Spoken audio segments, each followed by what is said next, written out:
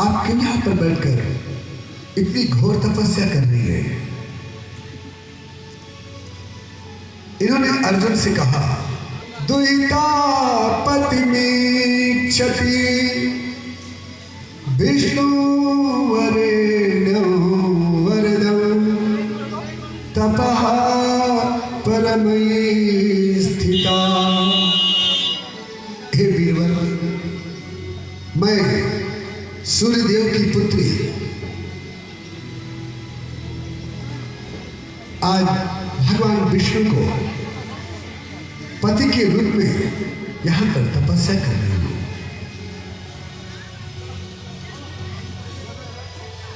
उसी क्षण भगवान प्रकट हो गए। उन्होंने कहा, देवी आपकी तपस्या पूर्ण हुई। उन्होंने उसी क्षण कालिंदी से विवाह किया। एक बार भगवान एक यज्ञशाला में गए जहां पर वरण किया जा रहा था। मित्र वृंदा वरमाला लेकर के भ्रमण कर रही थी। दुर्योधन सोचा कि मेरे गले में वरमाला डालेंगे, लेकिन मित्र वृंदा ने जाकर के द्वारकाधीश के गले में वरमाला डाल दी। दुर्योधन को बहुत द्वेष हो गया। मित्र वृंदा के साथ भगवान का विवाह हुआ। नग्नजित की कन्या, आज नग्नजित ने घोषणा किया था कि मेरे यहां जो 7 बैल हैं, जो योद्धा 7 बैल को एक साथ जोत देगा, उसी के साथ मैं अपनी कन्या का विवाह करूंगा। इस पर करो, इस पर लेकर फाट कर जाते हैं। इतना जोश ना बजाना। मैं बेचारू हमें खुद ही धीम कह रहे, स्पीकर के वाला और कम कह दिया तो हम लोग कथा प्रभावित है। इतना जोश ना किया हुआ। इतनी बड़ी घोषणा कि पूरा स्पीकर गिर जाए। नहीं मेरे आराम से। चंदन नाम इनका, बहुत अच्छा नाम है। नारायण, वो बैल इतने मारू थे ना कि कोई उसके नजदीक जाता था तो बैल मार डालता था। एक ही बैल काफी था। 7 बैल थे वो।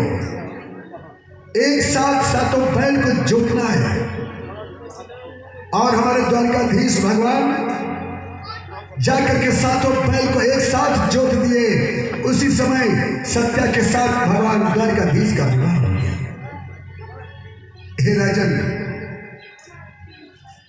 सुतकीर्ति की पुत्री भद्रा को भी भगवान ने स्वीकार किया, लक्ष्मणा को भी स्वीकार किए।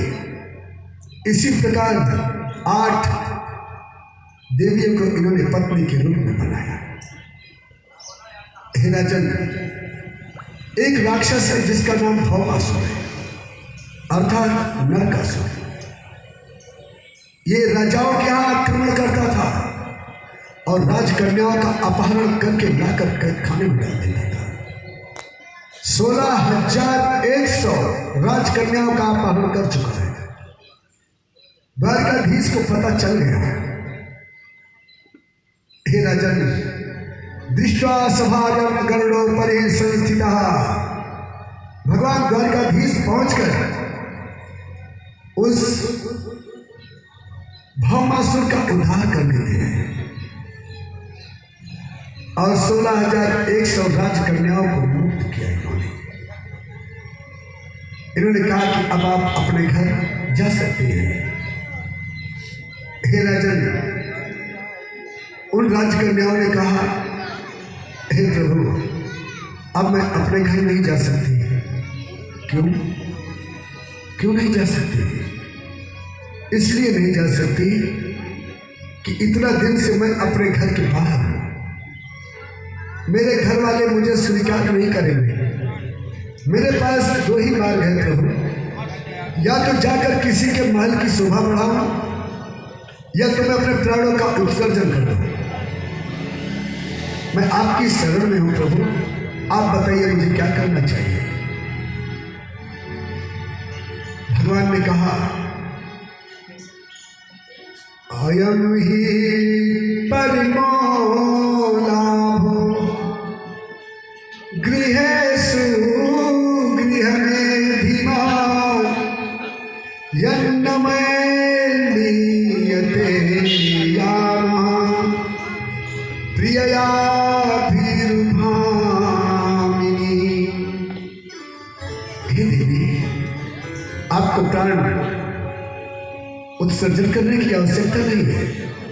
आप गृहस्थ जीवन बिताओ और मैं आपका वर्णन करता हूं। भगवान द्वारकाधीश ने 16,100 राजकन्याओं का वर्णन किया, उनके साथ विवाह किए। आज हमारे द्वारकाधीश जी के साथ 16,108 रानियां हैं।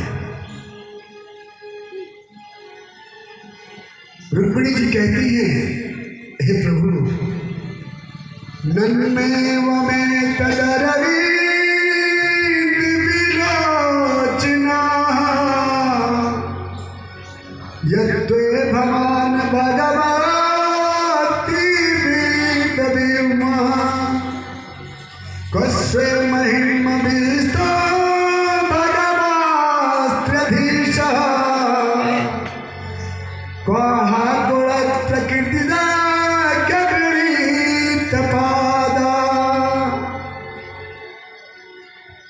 हे प्रभु, आपके साथ इतनी सारी पटरानियां हैं, मुझे किसी से द्वेष नहीं है।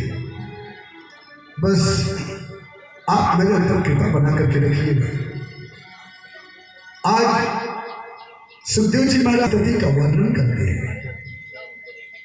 हे राजन, प्रत्येक रानी से 10 पुत्र और 1 कन्या का प्रादुर्भाव हुआ। 1,61,080 पुत्र हुए। इनमें से एक पुत्र गायब हो गया, पता नहीं चला। 6 महीने के बाद पता चला कि प्रद्युम्न का पुत्र अनिरुद्ध गायब है।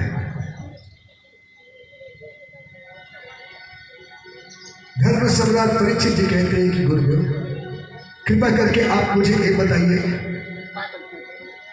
कि अनिरुद्ध गायब हो गए, किसी को पता नहीं चला। इसका क्या कारण है प्रभु? क्या रहस्य है? कृपा करके मुझे बताइए। तो थोड़ी देर में आप लोगों को इसको विस्तार से लेकर चलने के लिए शिव महापुराण में चलता हूं। एक बार